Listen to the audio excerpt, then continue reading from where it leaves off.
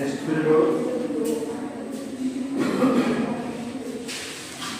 ಹೋದ ಬಾರಿ ನಾವು ಜಾತಿ ಯಾವುದು ಬ್ರಿಟಿಷ್ ಆಡಳಿತದಲ್ಲಿನ ಜಾತಿಯ ಬದಲಾವಣೆಗಳ ಕುರಿತು ವಿವರಿಸಿ ಅಂತ ಹೇಳಿದೆ. ಏನು ಬ್ರಿಟಿಷ್ ಕಾಲದಲ್ಲಿ ಜಾತಿಯಲ್ಲಿ ಏನೇನು ಬದಲಾವಣೆ ಇದೆ, ಶಾಸನಗಳು, ಸಮಾಜ ಸುಧಾರಣಾ ಆಂದೋಲನಗಳು, ಆಮೇಲೆ ಕೈಗಾರೀಕರಣ, ನಗರೀಕರಣ, ಈ ಅಂಶಗಳು. ಈಗ ಅದರ ನಂತರ ಇನ್ನೊಂದು ಪಾಠ ಬಿ ಪಾಠ, ಸ್ವತಂತ್ರ ನಂತರದಲ್ಲಿ ಜಾತಿಯಲ್ಲಿ ಏನು ಬದಲಾಗಿದೆ. 5 ಮಾರ್ಕ್ಸಿಗೆ ಕೇಳ್ತಾರೆ. ಸ್ವತಂತ್ರದ ಹಿಂದೆ ಏನಾಗಿದೆ ಬದಲಾವಣೆ ಅದು ಬ್ರಿಟಿಷ್ ಆಡಳಿತ. 1947 ಸ್ವತಂತ್ರ ಸಿಕ್ಕ ಮೇಲೆ ಈಗ ಜಾತಿ ಒಳಗೆ ಯಾವ ರೀತಿ ಬದಲಾಗ್ತಾ ಇದೆ ಅಥವಾ ಜಾತಿ ಏನು ಹೊಸ ಪಾತ್ರಗಳನ್ನು ಮಾಡ್ತಾ ಇದ್ದೀವಿ. ಇವು ಜಾತಿ ಐತಾನೆ ಹೋಗಿದ್ದ, ಸ್ವತಂತ್ರ ಬಂದು ಜಾತಿಯನ್ನು ಹೋಗಿಲ್ಲ. ಜಾತಿ ವ್ಯವಸ್ಥೆ ಇನ್ನೂ ಜೀವಂತವಾಗಿದೆ.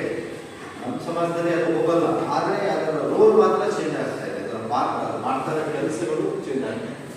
ಹಿಂದಿನಷ್ಟು ಮೈಡಿಯಂ ಬಯಲಿಗೆ ಇವತ್ತಿಲ್ಲ.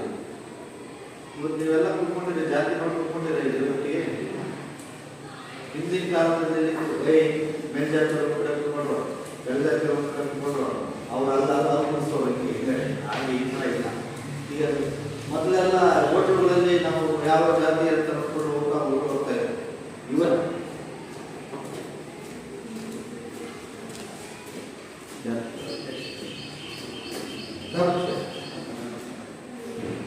ಸರ್ ಹೇಳಿ ಸರ್.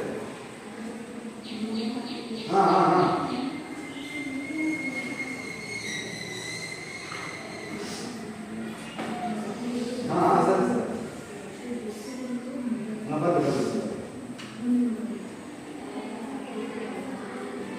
ಹೌದಾ? ಎಲ್ಲ ಏನಿಲ್ಲ ನಮಗೆ.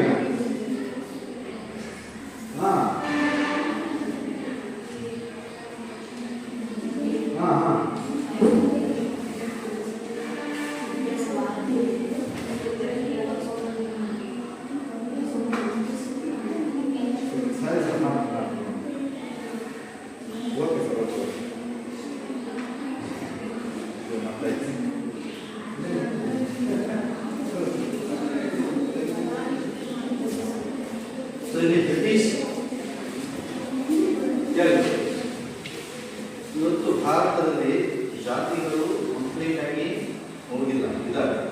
ಆದರೆ ಆ ಜಾತಿಗಳು ಹಿಂದೆ ಏನು ಬದಲಾವಣೆ ನಾವು ಹಿಂದೆ ಏನಿದ್ರು ಅದರ ಪಾತ್ರಗಳು ಅದರ ಕೆಲಸಗಳು ಬದಲಾಗಿದೆ. ಅದನ್ನು ಯಾರು 5 ಅಂಶಗಳು ಹೇಳಿದ್ರು. ಇವತ್ತು ವೃತ್ತಿ, ಜಾತಿಗೂ ವೃತ್ತಿಗೂ ಸಂಬಂಧ ಇಲ್ಲ. ವೃತ್ತಿಯ ಆಯ್ಕೆ ಏನಿದೆ ಇದು ಬದಲಾಗಿದೆ.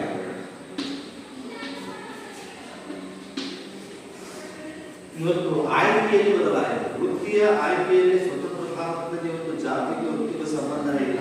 ಇವತ್ತು ಯಾರು ಯಾವ ವೃತ್ತಿಯನ್ನು ಬೇಕಾದ್ರೂ ಮಾಡಬಹುದು. ಈಗ ಮೊದಲೇ ಯಾವುದೋ ಸಂಶೋಧನೆ ಮಾಡ್ತಿದ್ರು, ಬರೀ ಅದೇ ಜಾತಿಗಳು ಮಾಡ್ತಾ ಇದ್ದಾರೆ. ಬಟ್ಟೆ ಐರನ್ ಮಾಡೋದು ಅದೇ ಜಾತಿಗಳು ಮಾತ್ರ ಮಾಡ್ತಿದ್ರು. ಇವತ್ತು ಬಿಸ್ನೆಸ್ ಒಂದು 2 ಬಾಕ್ಸ್ ಬಾಡಿಗೆ ಒಂದು ಸಣ್ಣ ಟೇಬಲ್ ಇಟ್ಕೊಂಡು ಒಂದು ಅಂಗಡಿ ತಿಳ್ಕೊಂಡ್ಬಿಟ್ಟು ದಿನಕ್ಕೆ 1,000 ರೂಪಾಯಿಗೆ 10 ರೂಪಾಯಿ ತಗೊಂಡು ಯಾರು ಬೇಕಾದ್ರೂ ಮಾಡೋದು. ಸೊ ಬಟ್ಟೆ ಸಲೂನ್ ಶಾಪ್ ಅಂದರೆ ಯಾರು ಬೇಕಾದ್ರೂ ಓಪನ್ ಮಾಡೋದು. ಒಂದು ಬಿಲ್ಡಿ ಹೋಟ್ಲ್ ಅಂದರೆ ಯಾರು ಬೇಕಾದ್ರೂ ಓಪನ್ ಮಾಡೋದು. ಯಾವುದೋ ಹೋಟ್ಲನ್ನು ಯಾವುದೋ ವ್ಯಾಪಾರ ಮಾಡೋದು. ಇಂಥವರೇ ಮಾರುಕಟ್ಟೆ ಬಂಗಾರ ಕೇಳಬೇಕು ಅಂತ ಏನಿಲ್ಲ. ಒಂದು ದುಡ್ಡಿದ್ದವರು ಯಾರೆಲ್ಲ ಬಂಗಾರ ಅಂಗಡಿ ಓಪನ್ ಮಾಡ್ತಾರೆ. ಯಾರಿಗೆ ಯಾವುದರಲ್ಲಿ ಆಸಕ್ತಿ ಇದೆ, ಯಾರು ಯಾವ ಕೆಲಸವನ್ನು ಮಾಡೋದಕ್ಕೆ ಅವರಿಗೆ ಸಾಧ್ಯ ಇದೆ, ಅವರು ಇದೆಲ್ಲ ಆಯ್ಕೆಯಲ್ಲಿ ಬದಲಾವಣೆ ಆಗ್ತಾ ಇದೆ. ಜಾತಿಯನ್ನು ನೀವು ಇಂಥ ಜಾತಿಯಲ್ಲಿ ಕೆಲಸ ಮಾಡಬೇಕು ಅನ್ನೋ ಕಂಡೀಷನ್ಸು ಇವತ್ತು ಇದನ್ನು ಹೇಳಬೇಕು. ಸ್ವತಂತ್ರ ಭಾರತದಲ್ಲಿ ಇವತ್ತು ಜಾತಿಗೂ ವೃತ್ತಿಗೂ ಸಂಬಂಧವಿಲ್ಲ. ಯಾವ ಜಾತಿಯವರು ಯಾವ ವೃತ್ತಿಯನ್ನು ಬೇಕಾದರೂ ಕೂಡ ಆಯ್ಕೆ ಮಾಡಿಕೊಡ್ತಾ ಇದ್ದಾರೆ. ಸೊ ಇದು ಮೊದಲನೇ ಪಾಯಿಂಟ್ ಆಗಿದೆ.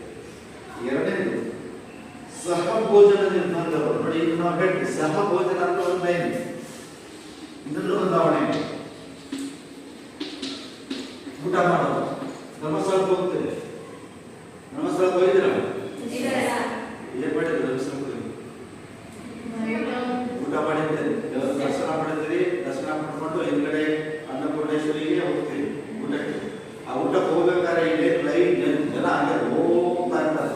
ಆದ್ರೆ ಯಾವ ಜಾತಿಯವರು ನಮ್ಮ ಪಕ್ಕ ಕುತ್ಕೊಂಡಾರೆ ಅಂತ ನಾವು ನೋಡ್ತೀವ? ಯಾವ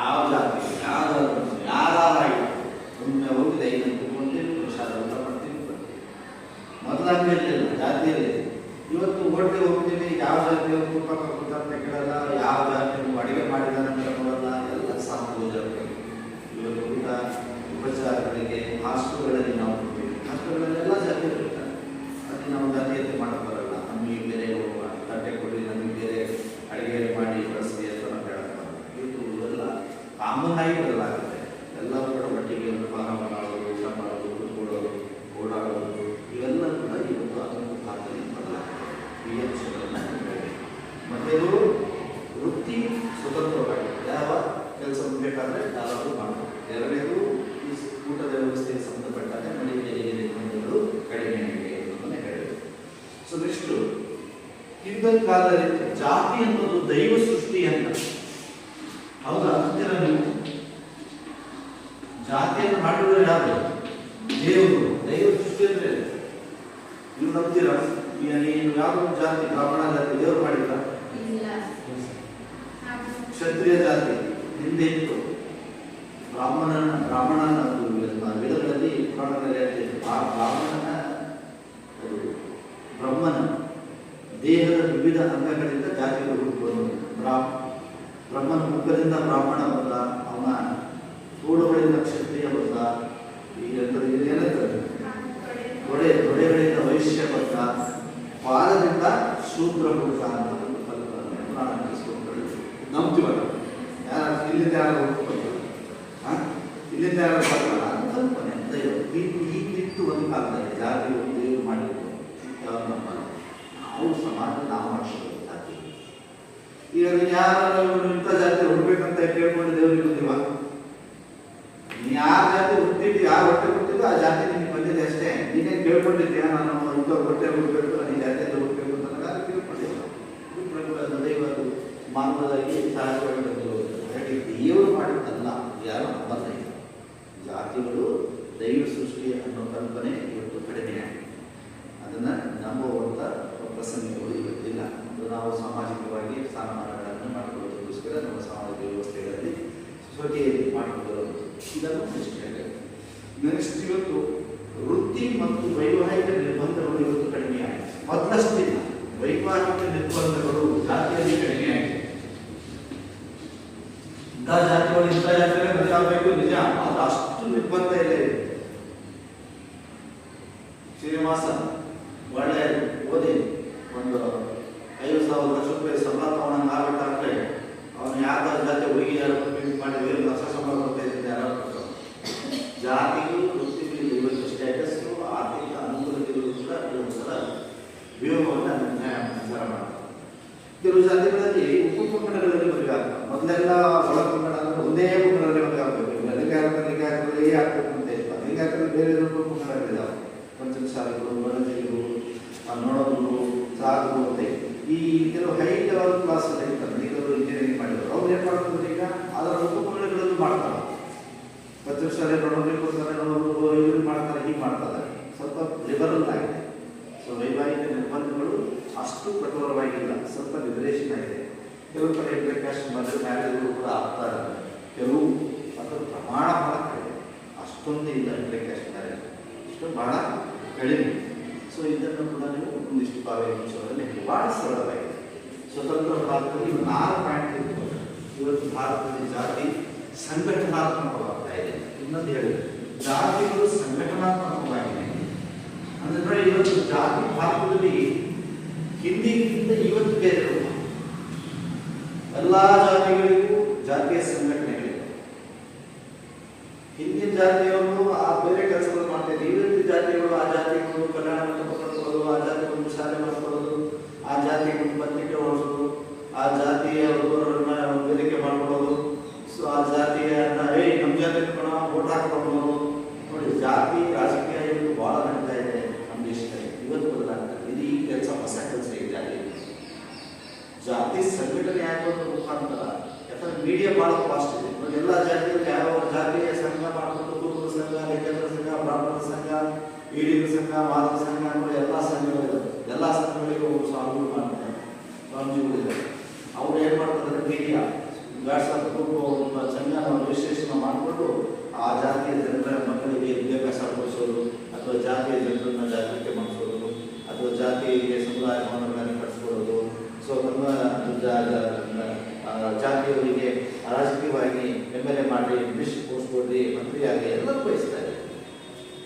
ಎಲ್ಲ ಜಾತಿಯಲ್ಲೂ ಕೂಡ ಇವತ್ತು ರಾಜಕೀಯ ಪ್ರಜ್ಞೆ ಬಹಳ ವ್ಯಾಪಕವಾಗಿ ಸಂಘಟಿತರಾಗ್ತಾರೆ.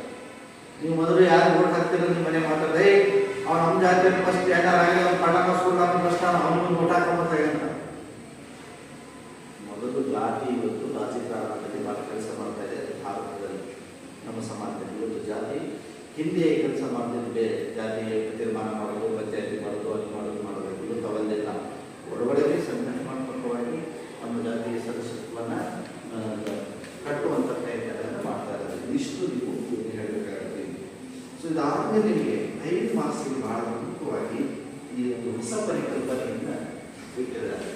ಪ್ರಬಲ ಜಾತಿ ಅಂದ್ರೆ ಏನು, ಈ ಪರಿಕಲ್ಪನೆ ಬಗ್ಗೆ ಟಿಪ್ಪಣಿ ಬರೀರಿ ಅಂತ ಕೇಳ್ತಾರೆ. 5 ಮಾಸಿಗೆ ಬಹಳ ಸಲ 2 ಮಾಸಿಗೆ ಕೇಳ್ತಾರೆ. ಇದು MN ಶ್ರೀನಿವಾಸ್ ಅವರು ಪರಿಚಯ ಮಾಡ್ಕೊಂತಾರೆ. MN ಈ ಶ್ರೀನಿವಾಸ ಅಲ್ಲ, ನಮ್ಮ ಶ್ರೀನಿವಾಸ ಅಲ್ಲ, MN ಶ್ರೀನಿವಾಸ್ ಕೇಳ್ತಾರೆ. ಮಾಸಿಗೆ ಪ್ರಬಲ ಜಾತಿ ಪರಿಕಲ್ಪನೆ ಮೊದಲ ಪರಿಚಯ ಮಾಡಲು ಬಳಸೋದು ಯಾರು? MN ಶ್ರೀನಿವಾಸ್. ಈ ಏನಿದು ಪ್ರಬಲ ಜಾತಿ ಅಂದ್ರೆ ಡಾಮಿನೆಂಟ್ ಕ್ಯಾಸ್ಟ್. ಪ್ರಬಲ ಜಾತಿ ಡಾಮಿನೆಂಟ್ ಕ್ಯಾಸ್ಟ್. ನಿಮ್ಮ ಪ್ರಕಾರ ಜನರಲ್ ಆಗಿ ಥಿಂಕ್ ಮಾಡಿ, ಪ್ರಬಲ ಜಾತಿ ಅಂದ್ರೆ ಏನು? ಈಗ ನಿಮ್ಮೂರಲ್ಲಿ ಪ್ರಬಲ ಜಾತಿ ಅಂತಂದ್ರೆ ಯಾವುದು? ಡಾಮಿನೆಂಟ್ ಅಂದ್ರೆ ಏನು ಗೊತ್ತಾಗತ್ತಲ್ಲ. ಈಗ ಇಲ್ಲಿ ಈ ಕ್ಲಾಸ್ ಅಲ್ಲಿ ತುಂಬಾ ಡಾಮಿನೆಂಟ್ ಆಗಿದೆ, ಚೆನ್ನಾಗಿ ಓದೋರು ಯಾರು ಅಂದ್ರೆ ಯಾರೋ ಹಾಗೆ ನಿಮ್ಮೂರಲ್ಲಿ ಯಾವ ಜಾತಿಯವರು ಪ್ರಬಲವಾಗಿದ್ದಾರೆ? ನಿಮ್ಮೂರಿದ್ದಾರೆ.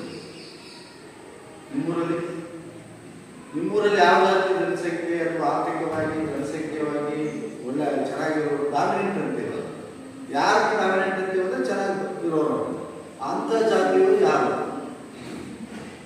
ನಿಮ್ಮೂರಲ್ಲಿ ಯಾರು? ಒಂದೇ ಜಾತಿಯಲ್ಲಿದ್ದಾಗ ಪ್ರಶ್ನೆ ಮಾಡೋಣ. ಊರಲ್ಲಿ ಗೌರವಗಳಲ್ಲಿ ಒಂದೇ ಜಾತಿಯಲ್ಲಿ ಇರ್ತಾರೆ, ಅದೇ ಡಾಮಿನೆಂಟ್ ಅಂತ ನಾವು ಮುಗಿಸ್ಕೊಳಕಲ್ಲ. ಆದ್ರೆ ಆ ಜಾತಿ ಡಾಮಿನೆಂಟ್ ಇರ್ತದೆ. ಅಕ್ಕಪಕ್ಕ ಊರುಗಳಲ್ಲಿ ಆ ಜಾತಿ ಜನ ಯಾರು ಎಷ್ಟಿದ್ದಾರೆ, ಬೇರೆ ಜಾತಿ ಹೆಚ್ಚಿದ್ದಾರೆ, ಇವರು ಹೆಚ್ಚಿದ್ದಾರೆ ಅಂತ ಮತ್ತೆ ಅಲ್ಲಿ ನಾವು ಡಿಸ್ಕಷನ್. ಸೊ ಈಗ ನಿಮ್ಮ ಊರಲ್ಲಿ ಬೇಡ, ನಾನು ಬಹಳ ಸಲ ತಿಟ್ಟೂರು ತಾಲೂಕಲ್ಲಿ ಯಾವ ಜಾತಿಯವರು ಡಾಮಿನೆಂಟ್? ತಾಲೂಕಲ್ಲಿ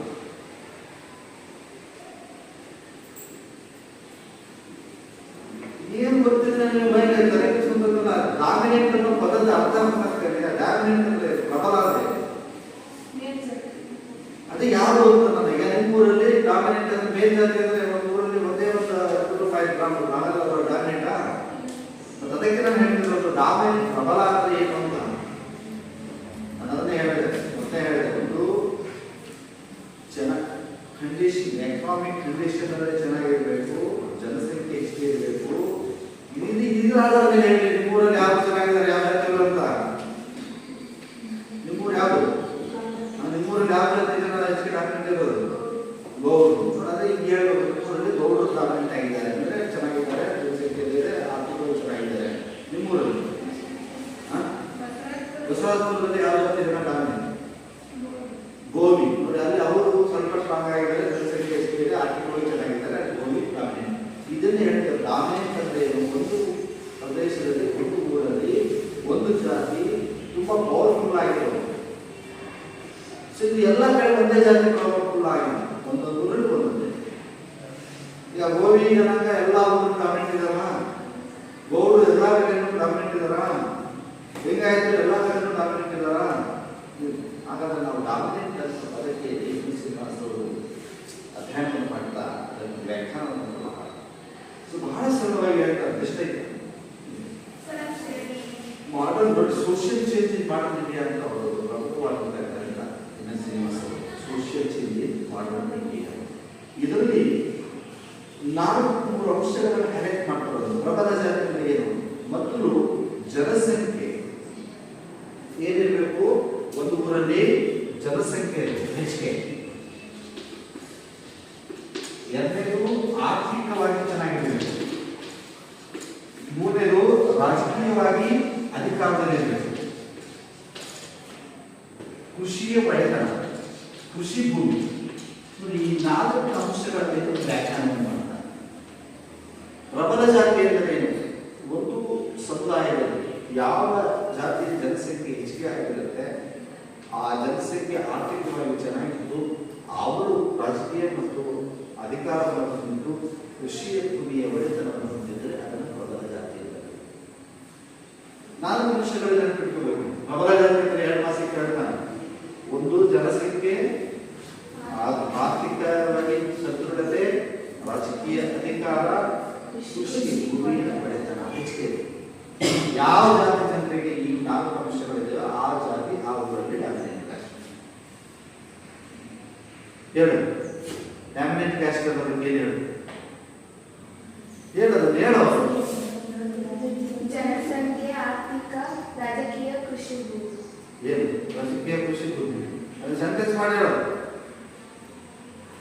ಸೆಂಟೆನ್ಸ್ ಮಾಡಕ್ ಬರೋದು ನಿಮಗೆ 4 ಪದಗಳು ಕೊಟ್ಟರೆ ಸೆಂಟೆನ್ಸ್ ಮಾಡಕ್ ಬರೋಲ್ಲ. ಈಗ ಹಾಗಾದ್ರೆ ಈ 4 ಅಂಶಗಳಿಂದ ನಾವು ಒಂದು ಜಾತಿಯನ್ನು ಪ್ರಬಲ ಜಾತಿ ಅಂತ ಕರಿತೀವಿ. ಹಾಗಾದ್ರೆ ನಿಮ್ಮ ತಿಟ್ಟೂರು ತಾಲೂಕಿಗೆ ಬರುತ್ತೆ ಯಾವುದು? ಇಡೀ ತಾಲೂಕಲ್ಲಿ ಈ ಅಂಶಗಳಲ್ಲಿ ಯಾವುದು ಇಲ್ಲ, ಯಾವ ಜಾತಿ ಚೆನ್ನಾಗಿದೆ? ತಿಟ್ಟೂರು ತಾಲೂಕಿಗೆ ಬರುತ್ತೆ. ತಿಟ್ಟೂರು ತಾಲೂಕಿನ ಜನಸಂಖ್ಯೆ ಹೇಗೆ ನಾವು ಹೋಲಿಸ್ಕೊಂತಾ ಇದ್ದೀವಿ? ನಿಮ್ಮೂರು ತಿಟ್ಟೂರು ತಾಲೂಕನೇ. ಈ ತಾಲೂಕಲ್ಲಿ ಯಾವ ಜಾತಿ ಜನ ಹೆಚ್ಚಿದೆ?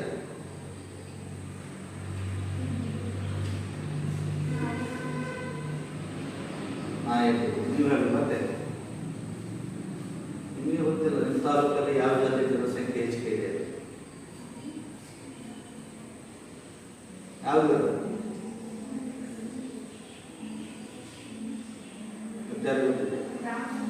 ಬ್ರಾಹ್ಮಣ. ಮತ್ತೆ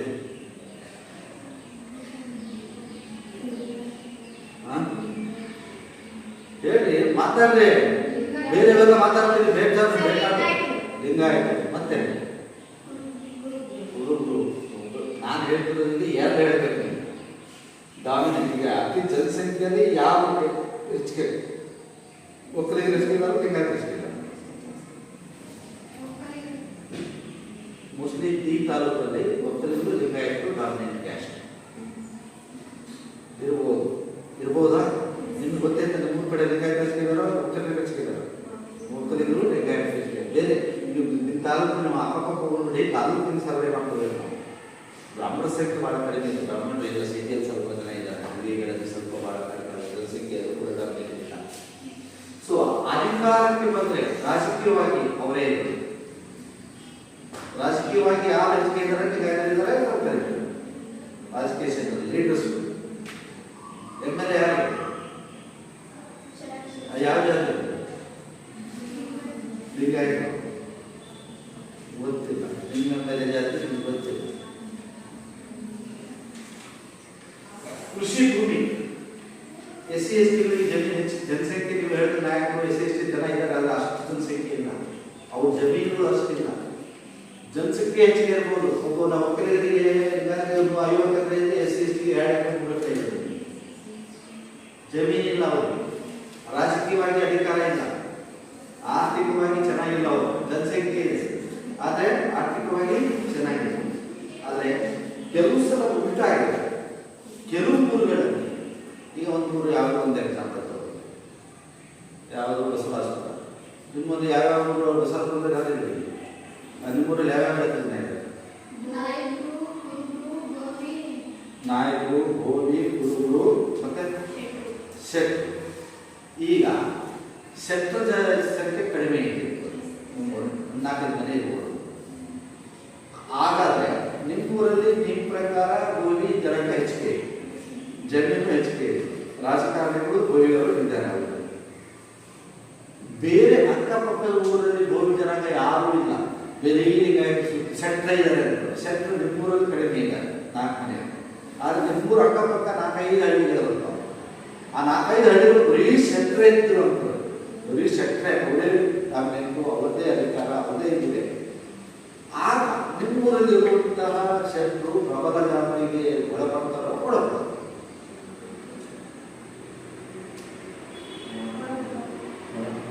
ಒಳಪಡ್ತಾರೆ. ಯಾಕೆ ಅಂದರೆ ಒಂದು ಜಾತಿ ಒಂದು ಊರಲ್ಲಿ ಅವರ ಸಂಖ್ಯೆ ಕಡಿಮೆ ಇರ್ಬೋದು, ಅವರ ಆರ್ಥಿಕವಾಗಿ ಇದ್ದಿರ್ಬೋದು ಅಥವಾ ರಾಜಕೀಯ ಅಧಿಕಾರಿಗಳಿರ್ಬೋದು. ಆದರೆ ಆ ಜಾತಿ ಅವರ ಜಾತಿಯವರು ಸುತ್ತಮುತ್ತಲು ಡಾಮಿನೆಂಟ್ ಆಗಿದ್ದಾರೆ. ಎಲ್ಲ ಊರಲ್ಲಿ ಅವರ ಜನಸಂಖ್ಯೆ ಹೆಚ್ಚಿಗೆ ಇದೆ, ಅಧಿಕ ಜನಸಂಖ್ಯೆ ಇದೆ. ಹಾಗಾಗಿ ಅದು ಕೂಡ ಪ್ರಬಲ ಜಾತಿ ಅಂತ ಅನಿಸ್ಕೊಂಡ್ಬಿಡ್ತಾರೆ. ಸೊ ಹಾಗಾಗಿ ಪ್ರಬಲ ಜಾತಿ ಅಂತ ಅನ್ನೋದು ಒಂದು ಪರಿಕಲ್ಪನೆ ಬಹಳ ಸೂಕ್ಷ್ಮವಾಗಿ ಚರ್ಚೆ ಮಾಡ್ತಾ ಹೋಗ್ತಾರೆ ಶ್ರೀನಿವಾಸ್ ಅವರು. ಪ್ರಬಲ ಅಂತ ನಾವು ಹೇಳ್ಬೇಕಾದ್ರೆ ಕೆಲವು ಸಲ ಸ್ಥಳೀಯವಾದಂತಹ ವಿದ್ಯಮಾನಗಳು ಕೆಲವು ಸಲ ಹೆಚ್ಚಿಗೆ ನಾವು ಒಂದು ಊರಲ್ಲೇ ತೆಗೆದುಕೊಂಡು ಹೋಗಬಾರಲ್ಲ. ಸೊ ಹೀಗಾಗಿ ಪ್ರಬಲ ಜಾತಿ ಅಂತಂದ್ರೆ ಏನು? ಒಂದು ರಾಜ್ಯ, ಒಂದು ಜಿಲ್ಲೆ, ಒಂದು ತಾಲೂಕು, ಹೀಗೆ ಚೇಂಜಸ್ ಆಗ್ತದೆ. ಎಲ್ಲಾ ಕಡೆ ಒಂದೇ ಜಾತಿ ಪ್ರಬಲ ಆಗುವ ಅಲ್ಲ, ಒಂದೊಂದು ಜಿಲ್ಲೆಯಲ್ಲಿ ಒಂದೊಂದು ಜಾತಿ ಪ್ರಬಲವಾಗ್ತಾರೆ. ಸೊ ಪ್ರಬಲ ಜಾತಿಯನ್ನ ನಿರ್ಧಾರ ಮಾಡಬೇಕಾದ್ರೆ ಅದರ ನಿರ್ಧಾರಗಳು ಅಂತ ಹೇಳ್ತಾರೆ. ಈ ನಿರ್ಧಾರಗಳು ಇವನ್ನೇ ಹೇಳಿದೆ. ಯಾವ ಆಧಾರದ ಮೇಲೆ ನಾವು ಪ್ರಬಲ ಜಾತಿ ಅಂತ ಹೇಳ್ತೀವಿ, ಅದರ ನಿರ್ಧಾರಗಳು ಅಂತಂದ್ರೆ ಅದನ್ನೇ ಹೇಳಬೇಕು.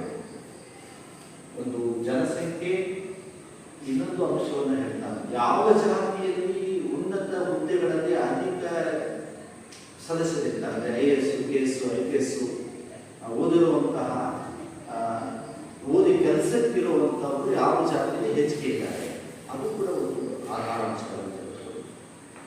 ಶಿಕ್ಷಿತರು ಅಂತ ಹೇಳ್ತಾರೆ. ಈಗ ಯಾವ ಜಾತಿಯಲ್ಲಿ ಎಲ್ಲ ಜಾತಿಯಲ್ಲಿ ಹೆಚ್ಚಿಗೆ ಓದಿದ್ದವರು ಇದ್ದಾರೆ. ಕೆಲವು ಜಾತಿಗಳಲ್ಲಿ ಬರೀ SSLC, PUC ಕೆಲವಾಗಿ ಮನೆ ಕೂತವರು ಇರ್ತಾರೆ. ಇತ್ತೀಚೆಗೆ ಕೆಲವು ಜಾತಿಗಳಲ್ಲಿ 1, 2, 3, 4 ಕೆಲಸ ಕೊಡುತ್ತಿದ್ದಾರೆ. ಬಟ್ ಎಲ್ಲ ಜಾತಿಯಲ್ಲೂ ಬಹಳ ಮೆಡಿಕಲ್ ಓದಿದವರು, ಇಂಜಿನಿಯರಿಂಗ್ ಮಾಡಿದವರು ಎಷ್ಟು ಚೆನ್ನಾಗಿದೆ. ಇದು ಕೂಡ ಒಂದು ಆಧಾರಾಂಶಗಳನ್ನು ಮಾಡ್ಕೊಂತಾರೆ. ಹೀಗೆ ಮಾಡಿಕೊಂಡು ರಾಜ್ಯ ಮಟ್ಟದ ಪ್ರಬಲ ಜಾತಿಗಳನ್ನೇ ನೋಡಬೇಕು. ಹಾಗಾಗಿ ನಮ್ಮ ಕರ್ನಾಟಕದಲ್ಲಿ ಯಾವ ಜಾತಿ ಪ್ರಬಲ? ಕರ್ನಾಟಕ ಪೂರ್ಣ ಕರ್ನಾಟಕದಲ್ಲಿ ಯಾವ ಜಾತಿ ಪ್ರಬಲ? ನಿಮ್ಮ ಪ್ರಕಾರ ಹೇಳಿ. ಹೇಳಿ, ಕರ್ನಾಟಕದ ಪ್ರಬಲ ಜಾತಿಗಳು ಯಾವುವು?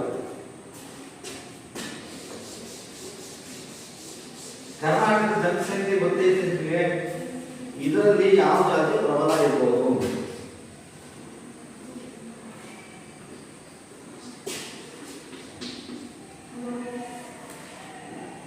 ಒಕ್ಕಲಿಗರು ಅಲ್ವಾ? ಅದೇ ಒಕ್ಕಲಿಗರು. ಮತ್ತೆ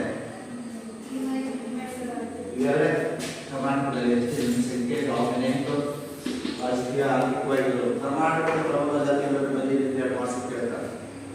ಒಕ್ಕಲಿಗರು ಕರ್ನಾಟಕ ನೆನಪಿದ್ರೆ ಬಹಳ ಸತಿ ಕೇಳಿದ್ದಾರೆ. ಕರ್ನಾಟಕದ ಪ್ರಬಲ ಜಾತಿ ಯಾವುದು ಅಂದ್ರೆ ಒಕ್ಕಲಿಗರು.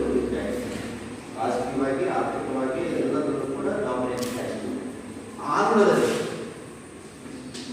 ಪ್ರದೇಶದಲ್ಲಿ ರೆಡ್ಡಿಗಳು ಮತ್ತು ಕಮ್ಮ ಅಂತ, ರೆಡ್ಡಿ ಮತ್ತು ತಮಿಳುನಾಡು ನಾಯರ್ ಮತ್ತು ಪದಿಯಾಚಿ ಅಂತ, ಅದು ತಮಿಳುನಾಡು ನಾಯರ್.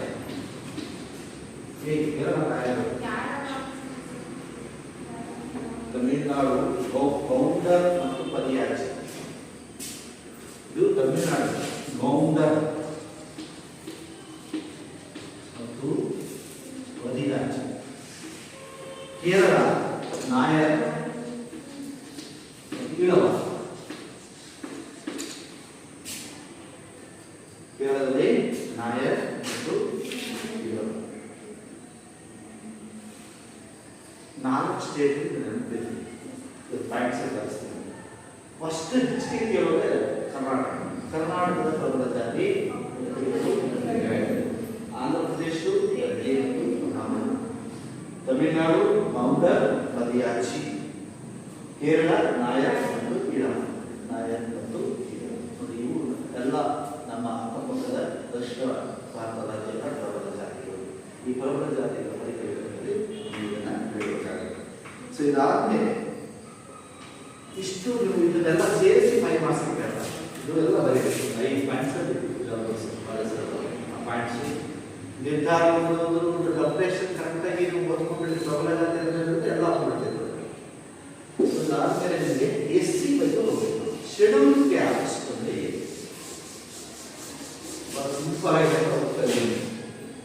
SC ಅಂದರೆ ಪದ ನೋಡಿ, ಪರಿಶಿಷ್ಟ ಜಾತಿ ಒಂದು ಪಾತ್ರ ಇರ್ತದೆ. ನಿಮ್ಮ ಪ್ರಕಾರ ಪರಿಶಿಷ್ಟ ಜಾತಿ ಅಂದರೆ SC.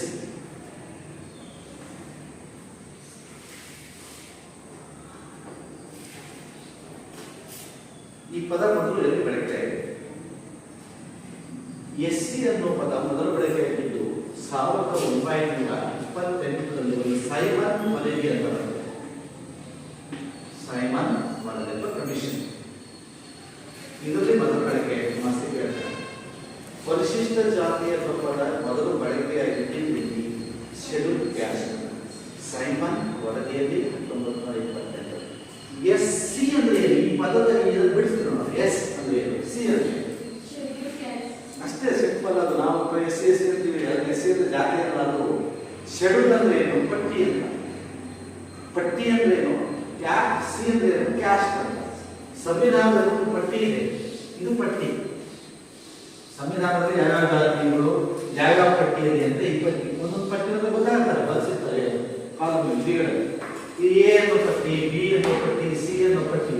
ಇದರಲ್ಲಿ ಎ 101 ಜಾತಿಗಳಿದ್ದಾವೆ, ಬಿ ಅಲ್ಲಿ 45 ಜಾತಿಗಳಿದ್ದಾವೆ, ಇನ್ನೊಂದು ಸಿ ಅಲ್ಲಿ 70 ಜಾತಿಗಳು, ಡಿ ಅಲ್ಲಿ 1000 ಜಾತಿಗಳು ಇದಾವೆ. ಎಲ್ಲಾ ಜಾತಿಗಳಿರುವ ಭಾರತ ಸಂವಿಧಾನದಲ್ಲಿ. ಅದರಲ್ಲಿ ಇದು ಒಂದು ಪಟ್ಟಿ. ಈ ಪಟ್ಟಿಯಲ್ಲಿ 110 ಜಾತಿ SC ಇದೆ, ಶೆಡ್ಯೂಲ್ ಕ್ಯಾಸ್ಟ್. ಇದನ್ನ SC. OBC ಒಳಗೆ ಇನ್ನೊಂದು ST 45 ಕ್ಯಾಸ್ಟ್. ಇನ್ನೊಂದು OBC ಅಲ್ಲಿ 700 ಇದೆ. ಇನ್ನೊಂದು ಯಾವುದು ಗ್ರೂಪ್ ಅನ್ನಲ್ಲೇ ಒಂದು 300-400 ಜಾತಿಗಳಿದ್ದಾವೆ. ಇವನ್ನ ಹೇಳೋದು ಪಟ್ಟಿ. SC ಅಂದ್ರೆ ಜಾತಿ ಅಲ್ಲ, ಶೆಡ್ಯೂಲ್ ಕ್ಯಾಸ್ಟ್. ಸಂವಿಧಾನದ ಪಟ್ಟಿಯಲ್ಲಿ ಇರುವ ಜಾತಿಗಳು ಗೊತ್ತಾಯ್ತಾ? ಶೆಡ್ಯೂಲ್ ಅಂದ್ರೆ ಪಟ್ಟಿ ಮಾಡಲ್ಪಟ್ಟ ಜಾತಿಗಳು. ಈ ಪದ ಮೊದಲು ಬಳಕೆ ಆಗಿತ್ತು 1928 ಅಲ್ಲಿ ಸೈಮನ್ ಕಮಿಷನ್ಸ್ ಅಲ್ಲಿ ಮೊದಲ ಬಾರಿ ಬಳಕೆಯಾಗಿದೆ.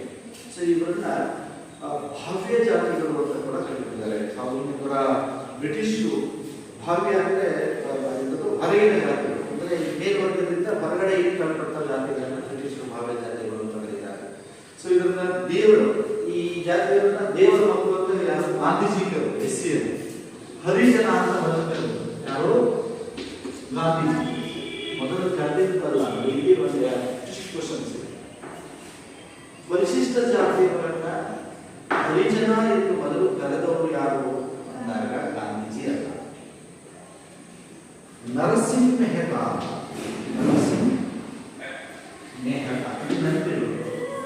ಗುಜರಾತಿನ ನರಸಿಂಹ ಮೆಹ್ತಾ ಮೊಟ್ಟ ಬಾರಿ ಪರಿಶಿಷ್ಟ ಜಾತಿಯವರನ್ನ ಹರಿಜನ ಅಂತ ಕರೆದ. ಹರಿಜನ ಅನ್ನೋ ಪದ ಅದೇನು, ದೇವರ ಮಕ್ಕಳು ಅಂತ ಅದರ ಅರ್ಥ. ಹರಿಯರ ದೇವರ ಮಕ್ಕಳು ಅಂತ. ಆ ಹರಿಜನ ಅನ್ನೋ ಪದ ಗಾಂಧೀಜಿಗೆ ಬಹಳ ಇಷ್ಟ ಆಯಿತು.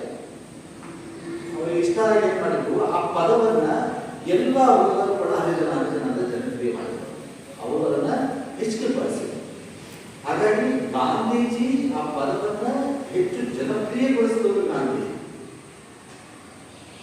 ಅತಿ ಹೆಚ್ಚು ಜನಪ್ರಿಯಗೊಳಿಸಿದವರು ಗಾಂಧೀಜಿ. ಮೊದಲು ಕರೆದವರು ನರಸಿಂಹ ಮೆಹ್ತಾ. ಇದು ಎರಡು ಕ್ವಶನ್ ಕಂಡುಕೊಂಡಿದೆ. ಹರಿಜನ ಎಂಬ ಪದವನ್ನು ಮೊದಲು ಕರೆದವರು, ಅದಕ್ಕೆ ಕ್ವಶನ್ಸ್ ಕ್ಲಿಯರ್ ಆಗಬಹುದು. ಹರಿಜನ ಅಂತ ತಕ್ಷಣ ಗಾಂಧೀಜಿ ಬರ್ತದೆ. ಹರಿಜನ ಅನ್ನೋ ಪದವನ್ನು ಮೊದಲು ಬಳಸಿದವರು ಯಾರು ಅಂತಾಗ ನರಸಿಂಹ ಮೆಹ್ತಾ ಅಂತ ನೆನಪಿರಬೇಕು. ಬ್ರಾಹ್ಮಣ. ಸೊ ಅದನ್ನ ಅತಿ ಹೆಚ್ಚು ಜನಪ್ರಿಯಗೊಳಿಸಿದವರು ಯಾರು ಅಂತಾಗ ಗಾಂಧೀಜಿ. ಸೊ ಇದಾದ್ಮೇಲೆ ನಿಮಗೆ ಈ ಪರಿಶಿಷ್ಟ ಜಾತಿ ಜನಸಂಖ್ಯೆ ಕೇಳ್ತಾನೆ. ಟೋಟಲ್ ಎಷ್ಟು ಪರ್ಸೆಂಟ್ ಇದೆ, ಒಂದು ಮಾರ್ಕ್ಸಿಗೆ ಕೇಳ್ತಾನೆ. ಭಾರತದಲ್ಲಿ SC ಜನ ಎಷ್ಟಿದ್ದಾರೆ? 14.5% ಇದೆ. 17% ಅಂತ ಬಂದಿದೆ, ಅಥವಾ 16.5 ಅಂತ ಇದೆ. 16.7 ಅಂತ ಕರೆಕ್ಟಾಗಿ ಬರಬೇಕು, ಇಲ್ಲ 16% ಬರಬೇಕು. 16.7% ಟೋಟಲ್ ಜನಸಂಖ್ಯೆಯಲ್ಲಿ ಪರಿಶಿಷ್ಟ ಜಾತಿ ಜನ 100 ಅಲ್ಲಿ ಎಷ್ಟು ಪರ್ಸೆಂಟ್ ಇದ್ದಾರೆ? 14. ಪಾಯಿಂಟ್ ಓದ ಪರವಾಗಿಲ್ಲ 16% ಅಂತ ಇದ್ದಾರೆ. ಇಲ್ಲ 17 ಅಂತ ಇದೆ. ಒಂದು ಮಾರ್ಕ್ಸಿಗೆ ಕೇಳಿದ್ರೆ ಅಲ್ಲೆಲ್ಲ ಆಪ್ಷನ್ ಕೇಳಿದ್ರೆ ಅಲ್ಲಿ ಕೊಟ್ಟಿರ್ತಾರೆ. ಬಿಟ್ರಸ್ ಅವರು ಕೊಟ್ಟಿದ್ದಾರೆ, ಅದನ್ನ ಇನ್ನೊಂದು ಪಾದ ಕೊಡಿದ್ರೆ ಅದನ್ನ ಎಷ್ಟೈತೆ ಅಷ್ಟು. ಸೊ ನಿಮಗೆ ಇದಾದ್ಮೇಲೆ ಪರಿಶಿಷ್ಟ ಜಾತಿಯ ಜನ ಅಂದ್ರೆ ಏನು ಅಂತ ಕೇಳಿದ್ರು. ಅವಾಗ ನೀವು ಕೇಳಿದ್ರೆ ಪರಿಶಿಷ್ಟ ಜಾತಿಗಳು ಎಂದರೇನು, ಇದಕ್ಕೆ ಏನಾಗ್ತದೆ? ಬಹಳ ಸರಳ ಇದೆ. ಸಾಂಪ್ರದಾಯಿಕವಾಗಿ ಹಾಗೂ ಮೇಲ್ಜಾತಿಯವರಿಂದ ಹಲವು ಸಾಮಾಜಿಕ, ಧಾರ್ಮಿಕ, ರಾಜಕೀಯ ಅನರ್ಹತೆಗೆ ಒಳಪಟ್ಟು ಮತ್ತು ದೌರ್ಬಲ್ಯಗಳಿಗೆ ಒಳಗಾದ ಅಸ್ಪೃಶ್ಯ ಜಾತಿಗಳನ್ನೇ ಪರಿಶಿಷ್ಟ ಜಾತಿಗಳು. ನೋಡಿ, ಸಾಂಪ್ರದಾಯಿಕ ಬಹಳ ದಿನಗಳಿಂದ ಮೇಲ್ಜಾತಿಯವರಿಂದ ತುಳಿತಪಡಬೇಕು. ಮೇಲ್ಜಾತಿಯವರು ಅವರನ್ನು ಬಹಳ ದಿನಗಳಿಂದ ಅವರನ್ನು ತುಳ್ಕೊಂಡೇ ಬಂದಿದ್ದಾರೆ.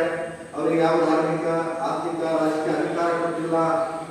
ಅವರಿಗೆ ಹಲವಾರು ನಿರ್ಬಂಧಗಳನ್ನು ಹಾಕಿದ್ದಾರೆ. ಅವರು ಆ ನಿರ್ಬಂಧಗಳಿಗೆ ಒಳಪಡಿಸಿರುವಂತಹ ಅಸ್ಪೃಶ್ಯ ಜಾತಿಗಳ ಸಮೂಹದ ಪರಿಶಿಷ್ಟ ಜಾತಿಗಳು.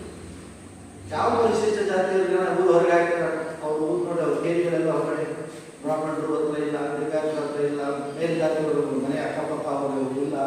ಈಗೆಲ್ಲ ಸ್ವಲ್ಪ ಅವ್ರ ಊರು ಹೊರಗಡೆ ಬರಬೇಕಾಗಿತ್ತು. ಅವ್ರ ಕೇರಿಗಳಿಗೆ, ಅವ್ರ ದೇವಸ್ಥಾನಗಳಿಗೆ ಹೋಗಿರಲಿಲ್ಲ, ಅವರಿಗೆ ಯಾವ ಹಕ್ಕು ಹೊಡೆಯಲಿಲ್ಲ, ಅವರಿಗೆ ಹಲವಾರು ನಿರ್ಬಂಧಗಳನ್ನು ಹಾಕಿದ್ರು. ನಮ್ಮ ಊರುಗಳಲ್ಲಿ ಬರೀ ಸತ್ತ ಪ್ರಾಣಿಗಳನ್ನು ಹೇಗೆ ಮಾತ್ರ ಅವರನ್ನು ಬಳಸ್ಕೊಳ್ತಾ ಇದ್ರು, ಅವ್ರ ಮನೆ ಕೆಲಸ ಆಳುಗಳಿಗೆ ಮಾತ್ರ ಬಳಸ್ಕೊಳ್ತಾ ಇದ್ರು. ಇಂಥ ಹಲವು ನಿರ್ಬಂಧಗಳಿಗೆ ಒಳಪಟ್ಟು ಆರ್ಥಿಕ ರಾಜಕೀಯ ಅಧಿಕಾರವಿಲ್ಲದೆ ಹಲವಾರು ವರ್ಷಗಳ ಕಾಲ ಶೋಷಣೆಗೊಳಪಟ್ಟಂತಹ ಮತ್ತು ಅಸ್ಪೃಶ್ಯತೆಯ ಕಳಂಕಕ್ಕೆ ಒಳಗಾಗಿರುವಂತಹ ಜಾತಿಗಳ ಸಮೂಹವನ್ನು ಪರಿಶಿಷ್ಟ ಜಾತಿಗಳು. ಇದನ್ನು 2 ಮಾಸಗಳು ಪರಿಶಿಷ್ಟ ಜಾತಿಗಳು ಅಂತ. ಸೊ ಇದರ ನಂತರ ಪರಿಶಿಷ್ಟ ಜಾತಿಗಳ ಸಮಸ್ಯೆಗಳು ಮತ್ತು ದೌರ್ಬಲ್ಯಗಳು ಇದೆ ಅಂತ ಕೇಳ್ತಾರೆ. ಬಹಳ ಸರಳ, ಏನೆಲ್ಲ ಅವರ ಸಮಸ್ಯೆ ಇದೆ ನೋಡಿ. ಮೊದಲೇದು ಸಾಮಾಜಿಕ ದೌರ್ಬಲ್ಯಗಳು, ಆರ್ಥಿಕ ದೌರ್ಬಲ್ಯಗಳು, ಶೈಕ್ಷಣಿಕ ದೌರ್ಬಲ್ಯಗಳು, ಧಾರ್ಮಿಕ 4 ಅಂಶಗಳು. ಸಾಮಾಜಿಕ, ಆರ್ಥಿಕ, ಧಾರ್ಮಿಕ, ಶೈಕ್ಷಣಿಕ 5 ಸಮಸ್ಯೆಗಳು. ಈ ಒಂದೊಂದೇ ಜನರಲ್ ಆಗಿ ಥಿಂಕ್ ಮಾಡಿ. ಈಗ ಸಾಮಾಜಿಕ ದೌರ್ಬಲ್ಯಗಳು ಏನಿದೆ, ಸಮಾಜದಲ್ಲಿ ಅವರಿಗೆ ಸಮಾನತೆ ಇದೆಯಾ? ಇಲ್ಲ. ಯಾಕೆ? ಏನು ಹಾಗಾದ್ರೆ ಅವರ ಅಸಮಾನ ಏನಿದೆ ಸಮಾಜದಲ್ಲಿ? ಎಂಥ ದೌರ್ಬಲ್ಯಗಳನ್ನು ಅವರು ಅನುಭವಿಸ್ತಾ ಇದ್ದಾರೆ ಈಗಲೂ ಕೂಡ. ಮೇಲ್ಜಾತಿಯವರು ಮನೆ ಒಳಗಡೆ ಬಿಟ್ಕೊತಾರನ್ನ ಬಿಟ್ಕೊಂಡಣ್ಣ, ಅವ್ರ ಕೊನೆಗೆ ದೇವಸ್ಥಾನಕ್ಕೆ ಮನೆಗಳಿಗೆ ದೇವಸ್ಥಾನಗಳಿಗೆ ಬಿಟ್ಕೊಂಡಣ್ಣ, ಅವರ ಶುಭ ಸಮಾರಂಭ ಕಾರ್ಯಕ್ರಮಗಳಿಗೆ ಅವ್ರಿಗೆ ಎಲ್ಲಿ ಕೂರಿಸ್ಬೇಕು ಅಂತ ಕೂರಿಸ್ತಾರೆ. ಅವರಿಗೆ ಯಾವುದೇ ರೀತಿಯಿಂದ ಜಾತ್ರೆ, ಉತ್ಸವ, ಮೆರವಣಿಗೆ ಮಾಡಕ್ಕೆ ಅವರು ಇನ್ನೂ ಕೂಡ ಗ್ರಾಮಗಳಲ್ಲಿ ಪರ್ಮಿಷನ್ಸ್ ಇಲ್ಲ. ಸೊ ಅವ್ರದ್ದೇ ಬೇರೆ ದೇವರು, ಅವ್ರದ್ದೇ ಬೇರೆ ಪೂಜಾರಿ ಮಾಡ್ಕೊಂಡಾರೆ. ಗೊತ್ತೇನು ಮಾಡಿಲ್ಲ. ಮೇಲ್ಜಾತಿಯವ್ರ ದೇವಸ್ಥಾನಗಳಿಗೆ ಅವ್ರ ಪೂಜಾರಿ ಆಗ ಸಾಧ್ಯನಾ? ಸೊ ಸಾಮಾಜಿಕವಾಗಿ ಕೆರೆ ಬಾವಿ ಅದೇ ಇನ್ನೂ ಸಹ ಭಾಳ ಇತ್ತು. ಈಗಲೂ ಸ್ವಲ್ಪ ರೆಗ್ಯುಲೇಷನ್ ಆಗ್ತಾ ಇದೆ. ಮೊದಲಂತೂ ಭಾಳ ನಿರ್ಬಂಧಗಳಿತ್ತು. ಊರು ಒಳಗಡೆ 3 ಗಂಟೆ ಬೆಳಿಗ್ಗೆ, 3 ಗಂಟೆ ಒಳಗೆ, 9 ಗಂಟೆ ಒಳಗೆ, 3 ಗಂಟೆ ನಂತರ ಮತ್ತೆ ಅಷ್ಟೇ ಹೋಗಬೇಕಾಗಿತ್ತು. 3 ಗಂಟೆ ಒಳಗೆ ನಂತರ ಊರೊಳಗೆ ಪ್ರವೇಶ ಇಲ್ಲ. 9 ಗಂಟೆ ಒಳಗೆ ಊರೊಳಗೆ ಹೋಗಿಲ್ಲ. ಕೆಲವರು ಭಾಳಷ್ಟು ಮೆಹಾರ್ ಮತ್ತು ವಿಜಾತಿ ಮಹಾರಾಷ್ಟ್ರದಲ್ಲಿ ಭಾಳ ಅತ್ಯಂತ ಅಸ್ಪೃಶ್ಯತೆಯ ಕಳಂಕಕ್ಕೆ ಒಳಗಾದಂಥ ಜಾತಿ ಶ್ರೀ ಅಂಬೇಡ್ಕರ್ ಅವರು ಹುಟ್ಟಿದಂಥ ಜಾತಿ ಆಧಾರ. ಯಾಕಂದರೆ ಮಡಿ ಮೈಗೆ ಅಸ್ಪೃಶ್ಯತೆ ಅಂದರೆ ಒಬ್ಬ ಮೇಷ್ಟ್ರು ಪಾಠ ಮಾಡ್ತಾ ಇದ್ರೆ ಅವನಿಗೆ ಕೈಯಿಂದ ಹೊಡೆದ್ರೆ ತನ್ನ ಮಡಿ ಮೈಗೆ ಹೋಗ್ಬಿಟ್ಟು ಅಸ್ಪೃಶ್ಯತೆ ಬಿಟ್ಬಿಟ್ರೆ ಅಂತ ಹೇಳಿ ಕೋಲಲ್ಲಿ ಇಟ್ಕೊಂಡು ಕೋಲಿಗೆ ರೇಷ್ಮೆ ವಸ್ತ್ರವನ್ನ ಸುತ್ತಕೊಂಡು ಹೊಡಿತಿದ್ದಾರೆ. ಕೋಲಿಗೆ ಹೊಡೆಯದೇ ಕೋಲಿಂದ ಮುಟ್ಟಲ್ಲ. ಆ ಕೋಲು ನಾನು ಮುಟ್ಟಿದ್ರೆ ಅದು ಮುಟ್ಟಲ್ಲ ಅಂತ ಮನೆ ಕಡೆಗೆ ಆಗುತ್ತಂತ ಕೋಲಿಗೆ ಮಾಡ್ತಿದ್ರು ರೇಷ್ಮೆ ಬಟ್ಟೆ ಸುತ್ಕೊಂಡು ಹೋಗ್ತು. ರೇಷ್ಮೆ ಅದನ್ನು ಇಟ್ಕೊಂಡು ಹೊಡೆಯೋದು. ಅಂಥ ಕಾಲ ಇದೆ. ಅಂಥ ಕಾಲದಲ್ಲೇ ಬೆಳೆಸಿರೋರು ಪಾಪ ಓರು ನೀವೆಲ್ಲ ಮೇಲ್ಜಾತಿಯಲ್ಲಿ ಕೂತಿದ್ರೆ ಅವನ ಆ ಬಾಗಲ ಇದ್ದಲ್ಲ, ಆ ಬಾಗಲ ಹತ್ರ ಕೂತ್ಕೊಂಡು ಪಾಠ ಹಿಂಗೆ ಬಂದು ಹಿಂಗೆ ಕೇಳಿಸ್ಕೊಂಡು ಅವನಿಂದ ಚಲಗಾರ ಇರ್ಬೋದು, ಎಂಥ ರಿಲೇಟ್ ಇರ್ಬೋದು, ಅಷ್ಟು ಕಷ್ಟಪಟ್ಟು ಓದಿ ಅವನ ಒಂದು ದೊಡ್ಡ ಸಂವಿಧಾನದ ಸಮಿತಿ ಅಧ್ಯಕ್ಷನಾಗಿ ಈ ದೇಶದಲ್ಲಿ ಒಳ್ಳೆಯ ಕಾನೂನನ್ನು ಹೆಸರು ಮಾಡ್ತಾರೆ. ಸೊ ಅಂತಹ ಮನೆಗಳಿಗೆ ಈಗ ಅಂಥದ್ದೇನಿಲ್ಲ, ಆ ಥರದ್ದೇನು ಬದಲಾಗಿದೆ. ಆದರೂ ಕೂಡ ಕೆಲವು ಸಾಮಾಜಿಕ ದೌರ್ಬಲ್ಯಗಳು ಇನ್ನೂ ಕೂಡ ಭಾರತದಲ್ಲಿ ಆಗಿದ್ದಾವೆ. ಇನ್ನು ಆರ್ಥಿಕ ಸಮಸ್ಯೆಗಳು ಸಾಕಷ್ಟಿದೆ. ಈಗಲೂ ಕೂಡ ಅವ್ರ ಕೆಲಸಗಳು ಬರೀ ಕೈ ಒಳಗಾಗುವ ಕೆಲಸಗಳು. ಮುನ್ಸಿಪಾಲಿಟಿಯಲ್ಲಿ ಕೆಲಸ ಮಾಡೋರು ಯಾವ ಹೆಚ್ಚು ಕಡಿಮೆ ಎಲ್ಲ ಕಡಿಮೆ ಆಗ್ತದೆ. ನಗರಸಭೆಗಳು ಚರಂಡಿ ಕ್ಲೀನ್ ಮಾಡೋದು, ಕಸ ಗುಡಿಸೋದು, ಎಂಥದ್ದು ಇವೆಲ್ಲ ನೋಡಿ ಕೆಳ ಭಾಳ ಕೊಳಕು ಮತ್ತು ಕೆಳವರ್ಗದ ಕೆಲಸಗಳನ್ನ ಇವತ್ತು ಅತಿ ಹೆಚ್ಚು ಮಾಡ್ತಿರ್ತಾರೆ. ಆದ್ರೆ ಎಲ್ಲೋ ಒಬ್ಬ ಇವತ್ತು ಇತ್ತೀಚೆಗೆ ಸ್ವಲ್ಪ ಓದು ಬರಹ ಮಾಡಿಕೊಂಡು ಕೆಲವರು ಮಾತ್ರ ಆರ್ಥಿಕವಾಗಿ ಸದೃಢರಾಗಿದ್ದಾರೆ. ಎಲ್ಲರೂ ಯಾರು ಉಪಯೋಗ ಎಸ್ಸಿ ಊರುಗಳಲ್ಲಿ ಒಂದು 25-30 ಜನಕ್ಕೆ ಯಾರು ಒಂದು ಕಾಲದಲ್ಲಿ ಇತ್ತು. ಎಲ್ಲ ಬರೀ ಮಗಳ ಮದುವೆಗೆ ಮಾರಿ ಹಬ್ಬ ಮಾಡಿದೆ, ಕುರಿ ತಂದೆ ಅಂತ ಮಾರ್ಕೊಂಡು ಎಲ್ಲ ಖಾಲಿ ಮಾಡೋದು. ಯಾರು ಜಮೀನಿದೆ? ಯಾರು ಇಲ್ಲ. 2 ಎಕರೆ 3 ಎಕರೆ 1 ಎಕರೆ ಎಲ್ಲ ಲಾಸ್ಟಿಗೆ ಅವರು ಬಂದ ಡಿವೈಡ್ ಆಗಿ 3 ಆಡೋದ ಆಗ್ತದೆ. ಆರ್ಥಿಕವಾಗಿ ಆ ಜಾತಿ ಜನ ಸಾಕಷ್ಟು ಸಮಸ್ಯೆ ಇದೆ. ಅವರಿಗೆ ಯಾವುದೇ ರೀತಿಯ ಬೆನ್ನೆಲುಬು ಇಲ್ಲ, ಅನಿವಾರ್ಯ ಇದೆ. ಇನ್ನು ಶೈಕ್ಷಣಿಕವಾಗಿ ಕೂಡ ಅವರಿಗೆ ಜಾಗೃತಿ ಬರಬೇಕು. ಹೆಣ್ಮಕ್ಳು ಕೆಲವರು 40 ಈಗ ಗೌರ್ಮೆಂಟ್ಗಳಲ್ಲಿ ಹೆಣ್ಮಕ್ಳು ಓದಿಸಲೇ ಇಲ್ಲ, ಪಾಸ್ ಆಗಿದ್ದು, ಪಾಸ್ ಆದರೆ ಓದಿಸಲಿದ್ದು ಕೆಲವು ಊರುಗಳು ಯಾಕೆ ಕೂಡ ಮದುವೆ ಮಾಡೋಣ, ಅದಕ್ಕೆ ಯಾಕೆ ಓದಿಸ್ಬೇಕು, ಮದುವೆ ಮಾಡಿ ಬೆಳೆಸಿದ್ವಿ. ಸೊ ಅವರಲ್ಲಿ ಅಕ್ಷರತೆ ಮತ್ತು ವಿದ್ಯಾವಂತರು ಮತ್ತು ಶೈಕ್ಷಣಿಕವಾಗಿ ಒಳ್ಳೆಯ ಶಾಲೆ, ಒಳ್ಳೆಯ 50,000 70,000 ನಮ್ಮ ಕಾರ್ಮಿಕ LKG 1 ಲಕ್ಷ ಪೇ ಮಾಡಿದ್ದಾರೆ. ಅಲ್ಲಿ ಪಾಪ ಎಲ್ಲಿ ತಕ್ಕೊಂಡು ನಾವು ಉಳಿಸ್ಬೇಕು. ಸರ್ಕಾರಿ ಶಾಲೆನೇ ಒಂದು ಅದಕ್ಕೂ ಕಳ್ಸಕ್ಕೂ ಕೂಡ ಕೈಗೊಳ್ಳುತ್ತಾರೆ. ಸೊ ಈ ಥರದಲ್ಲಿ ಒಂದು ಆರ್ಥಿಕವಾಗಿ ಅವರು ಸಮಸ್ಯೆಗಳನ್ನು ಅವರು ಅನುಭವಿಸ್ತಾ ಇದ್ದಾರೆ. ಇನ್ನು ಧಾರ್ಮಿಕ ಲೋಕದಲ್ಲಿ ಗೊತ್ತೇ ಇದೆ, ಅವರ ದೇವಸ್ಥಾನ, ಜಾತ್ರೆ, ಅವರ ಇದು ಎಲ್ಲೂ ಕೂಡ ಪ್ರವೇಶ ಇಲ್ಲ. ಧಾರ್ಮಿಕವಾಗಿ ಕೂಡ ಲೋಕಗಳ ಸಮಸ್ಯೆಗಳಿದ್ದಾವೆ. ಜನರಲಾಗಿ ಒಂದು ಬಹಳ ಸಂಪತ್ತಿದೆ. ಮಾಸಿಕ ಹೇಳಿದರೆ 4 ಅಂಶಗಳು: ಪರಿಶಿಷ್ಟ ಜಾತಿಯ ಆರ್ಥಿಕ, ಸಾಮಾಜಿಕ, ಆರ್ಥಿಕ, ಶೈಕ್ಷಣಿಕ ಸಮಸ್ಯೆಗಳನ್ನು ಉಲ್ಲೇಖ ಮಾಡುತ್ತೆ. ಅಷ್ಟು ಬರುತ್ತೆ ನಿಮಗೆ 5 ಮಾಸ ಆಗುತ್ತೆ. ಇವತ್ತಿಷ್ಟು ಕಂಪ್ಲೀಟ್ ಮಾಡ್ಬೋದು. ಫಸ್ಟ್ ಸೈಮನ್ ಕಮಿಷನ್ 1928 ಮೊದಲು ಈ ಪದ ಬಳಕೆ ಮಾಡಿದ್ದು. ಇದನ್ನು ಹರಿಜನ ಅಂತ ಅದನ್ನು ಬಳಸಿದವರು ನರಸಿಂಹ ಅಂತ, ಅದನ್ನು ಜನಪ್ರಿಯಗೊಳಿಸಿದವರು ಗಾಂಧೀಜಿ.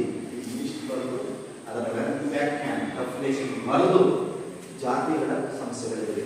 5 ಮಾಸಿಕ ಅಲ್ಲ, ಬರೀ ನಾವು ಅದಕ್ಕೆ 5 ಯಾವಾಗ ಬರಲ್ಲ ಅಂದರೆ ಇಲ್ಲಿ ಫಸ್ಟ್ ಅದು ಪದ ಬಳಕೆ ಆಯಿತು ಅಂತ ಬರೀರಿ, ಯಾರು ಬರೆದದ್ದು ಬದಲಿ ಅಂತ ಅದರ ಡೆಫಿನೇಷನ್ ಕೊಡಿ, ಆಮೇಲೆ ಸಮಸ್ಯೆಯನ್ನು ಬರೀರಿ. 5ಕ್ಕೆ 5 ನೀವು ಏನು ಮಾಡ್ತೀರಿ, ಬಡ 4 ಅಂಶಗಳು ಬರ್ತಿರ್ತೀರಿ. ಹಿಂದೆ ಮುಂದೆ ಸ್ವಲ್ಪ ಏನೈತಿ ಇದಕ್ಕೆ ಬರಿಬೋದು ಅಂತ ಯೋಚನೆ ಮಾಡಿ ಆವಾಗ ಪರ್ಟಿಕ್ಯುಲರಾಗಿ ಅದರ ಇದನ್ನು ಗೊತ್ತಾಗುತ್ತೆ. ಸೊ ನೆಕ್ಸ್ಟ್ ನೀವು 10ನೇ ತಾರೀಕು ಈ 2ನೇ ಪಾಠ ಕಂಪ್ಲೀಟ್ ಆಗಿ ಬರ್ದಿರ್ಬೇಕು. ನೋಟ್ಸ್ 2ನೇ ಪಾಠ ಪೂರ್ಣ ಬರ್ತಿದ್ವಿ. ಇದಕ್ಕೆ ಟೆಸ್ಟ್ ಎಷ್ಟು ಜನ ಬರ್ತಿರ್ತೀವಿ? 2ನೇ ಪಾಠ ನೀವು ಇವ್ರಿಗೆ ರೊಟೇಷನ್ ಮಾಡಬೇಕು. ನೀವು ಇನ್ನೊಬ್ಬರು ರೊಟೇಷನ್ ಮಾಡಬೇಕು. ನೀವು ಇಸ್ಕೊಂಡು ತಿಳ್ಕೋಬೇಕು. ಈಗ ಬರ್ದಿದ್ದಂಗೆ ನೋಡ್ತೀನಿ ನೀನು ನೋಡ್ಸೋದು ಬರ್ತೇವೆ ಬರ್ಕೊಳಲ್ಲ. ನೀನು ಬಸ್ ಬರ್ದಿಲ್ಲ. ಈಗ ನಾನು ಬಸ್ಸಲ್ಲಿ ಎಷ್ಟು ಬರ್ದಿದ್ದೆ 2ನೇ ಪಾಠ ಇವ್ರಿಗೆ ಇಸ್ಕೊಂಡು ಬರ್ಬೋದು.